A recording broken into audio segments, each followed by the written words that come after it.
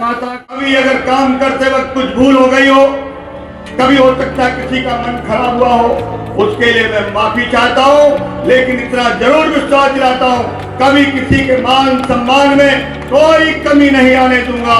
ये मैं आपको भरोसा दिलाता हूँ। इन सभी घरों में हम पीने का पानी ला रहे हैं, शुद्ध जल, बोतल से भी अच्छा पानी आपको। विंध्य के एक ऐसे नेता जो अपने राजनीतिक जीवन में 14 में से 9 चुनाव जीतकर भी दूसरी पंक्ति के नेता बने हुए हैं। बात कर रहे हैं सतना के सांसद गणेश सिंह की। 5 बार लगातार सतना के सांसद गणेश सिंह मध्य प्रदेश विधानसभा चुनाव में सिद्धार्थ कुशवाहा से क्या हारे कि उन्होंने अपने जीवन की राजनीति को ही बदल डाला। एक नए नेता गणेश सिंह भरकर इस बार के लोकसभा चुनाव में दिखाई दिए हैं। वो गणेश सिंह जिसने कभी किसी की ना सुनी, 20 सालों तक सिर्फ अपने और अपनों के लिए काम किया, आज जनता के लिए सतना लोकसभा के लिए समर्पित हो चुके हैं। भले ही विधानसभा चुनाव में उनकी हार से दूसरे दर्जे के नेताओं में उनकी गिनती होने लगी हो, लेकिन अब गणेश सिंह सतना के विकास के लिए बढ़ चढ़कर काम कर रहे हैं। चाहे वो सतना का एयरपोर्ट का काम हो, जो कि सिर्फ और सिर्फ गणेश सिंह की बदौलत सतना को मिला है, नहीं तो ये एयरपोर्ट कटनी को मिल रहा था, क्योंकि रीवा में ऑलरेडी एयरपोर्ट बन चुका है, चालू हो चुका है और रीवा और सतना का डिस्टेंस महज 50 किलोमीटर का है, जबकि रीवा से कटनी और सतना से भी कटनी का डिस्टेंस काफी ज्यादा है। लेकिन इस एयरपोर्ट को गणेश सिंह ने जोर जबरदस्ती से सतना में ले आए। आज की डेट में सतना में कई सारे फ्लाईओवर्स का निर्माण हो रहा है, सतना का रंग रूप बदल रहा है। कई बार सतना के लोगों द्वारा कहा जाता है कि रीवा सतना से आगे निकल गया है विकास के मामले में, और यह सच भी है। एक समय था, आज से करीब 15-20 साल पहले, सतना रीवा से विकास के मामले में काफ़ी आगे था। यहाँ railway junction, tourist place, market, multiplex, trees, बड़े बड़े स्कूल, कॉलेज, हॉस्पिटल, सब कुछ 15 साल पहले सतना में ये सब कुछ जैसे थे आज भी वैसे ही हैं। लेकिन रीवा में ये सुविधाएं पिछले 10 साल से दिखाई देने लगी हैं। बड़े ही अच्छे ढंग से तेज रफ्तार से डेवलपमेंट होने लगा है और व्यवस्थित तरीके से ये सारी चीजें बन रही हैं, बन चुकी हैं।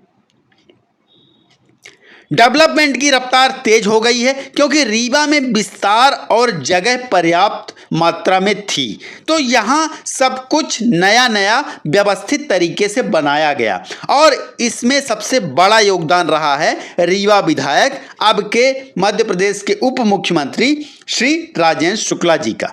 सतना शहर पहले से ही कंजेस्टेड और पूरी तरह से बसा हुआ था, इसलिए यहाँ नया करना मुश्किल है। दूसरी बात, केंद्र में सरकार बीजेपी की, सतना विधानसभा के विधायक कांग्रेस के हैं, जिसमें सामंजस्य नहीं बैठ पाता है। सांसद काम करेंगे तो विधायक नहीं चाहेंगे और वहीं विधायक काम करेंगे तो सांसद नहीं चाहेंगे कि इस काम का क्रेडिट दूसरे को मिले या दूसरी पार्टी को मिले। शायद इसी वजह से सतना इन 10 सालों में और भी पीछे होता जा रहा है। विंध्य के इतिहास में लगातार 5 बार कोई भी नेता आज तक लोकसभा चुनाव नहीं जीत पाया है। इस बार का 2024 का लोकसभा चुनाव जीतकर गणेश सिंह ने इतिहास रचा, तो वहीं लोगों को आश्चर्य में डाल दिया, क्योंकि 6 महीने पहले ही हुए मध्य प्रदेश विधानसभा चुनाव में वो सतना सीट से विधानसभा का चुनाव हार चुके थे सिद्धार्थ कुशवाहा से।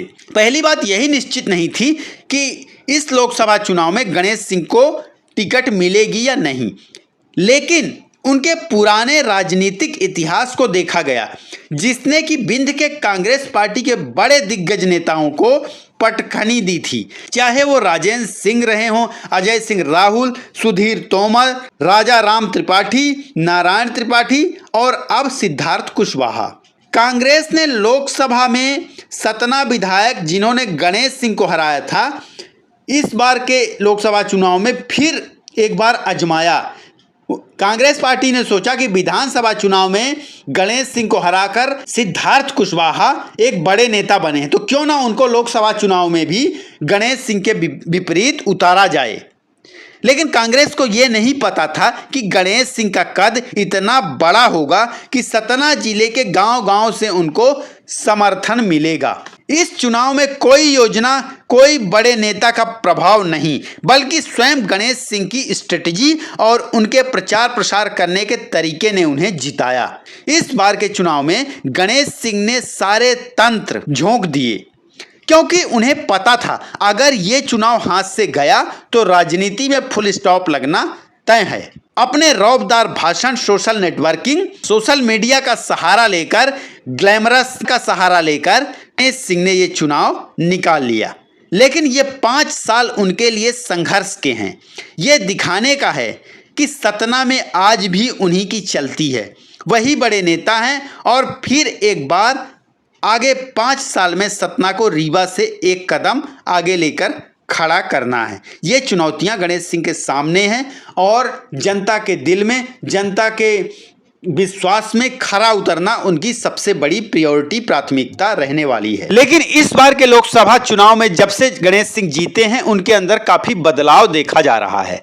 जहां कि गणेश सिंह जो भी छोटा से छोटा काम भी उनके द्वारा होता है वो सोशल मीडिया में शेयर करते हैं, उसका प्रचार करते हैं। एक बेहतरीन तरीके से, स्ट्रेटजी के तरीके से उन्होंने अपने काम को दिखाना शुरू कर दिया है, जनता को बताना शुरू कर दिया है कि अब उनके जिले में, सतना जिले में काम हो रहा है। गणेश सिंह काम कर रहे हैं, उनके माध्यम से ये काम हो रहा है। पिछले कई सालों से गणेश सिंह सतना की राजनीति में एक्टिव हैं, चाहे वो विधानसभा के चुनावों में हो जहां की वो उनको कई बार हार का सामना करना पड़ा, या फिर लोकसभा के चुनाव में जिसमें कि वो लगातार जीते हैं। लेकिन उनका सबसे बड़ा सपना रहा है मंत्री बनने का, चाहे वो मध्य प्रदेश सरकार में हो या फिर केंद्र सरकार में। केंद्र सरकार में इस बार फिर से वो मंत्री नहीं बन पाए। मध्य प्रदेश के विधानसभा चुनाव में शायद उनको विधानसभा चुनाव लड़ने के लिए इसीलिए राजी किया गया और वो राजी हुए क्योंकि कहीं ना कहीं उनको आस थी और उम्मीद थी कि अगर वो विधानसभा का चुनाव जीते तो मंत्री पद मिलना निश्चित था और बिल्कुल ही मिलता। अगर वो विधानसभा चुनाव जीत जाते तो उनको मंत्री पद मिलना तय माना जा रहा था। कहीं ना कहीं यह भी माना जा रहा है कि अगर वो विधानसभा चुनाव निकाल लेते तो ये जो उप मुख्यमंत्री का पद है वो गणेश सिंह के पास आता। लेकिन इस बार लोकसभा चुनाव जीतकर गणेश सिंह ने दिखा दिया है कि अभी राजनीति बाकी है और उनकी राजनीति तो अभी शुरू हुई है, क्योंकि इस बार का चुनाव जीतना उनके लिए बहुत कठिन था और इस चुनाव को जीतने के बाद गणेश सिंह एक नए नेता की तरह उभर कर सामने आए हैं और अपने आप को प्रूफ करने में लगे हुए हैं कि नहीं, आज भी वो सतना के बड़े नेता हैं और आगे भी बने रहेंगे। आप भी चैनल में बने रहिए ऐसे ही वीडियोस की जानकारी के लिए, ऐसे ही तमाम वीडियोस देखने के लिए चैनल को सब्सक्राइब कर लीजिए, वीडियो को लाइक करें, शेयर करें और आप लोग अपने वक्तव्य, अपने विचार कमेंट बॉक्स पर लिख सकते हैं सतना के बारे में, गणेश सिंह के बारे में, सतना के विकास के बारे में और भी जो भी आपके मन में चल रहा हो तो आप कमेंट अवश्य करें। बहुत बहुत धन्यवाद। नमस्कार।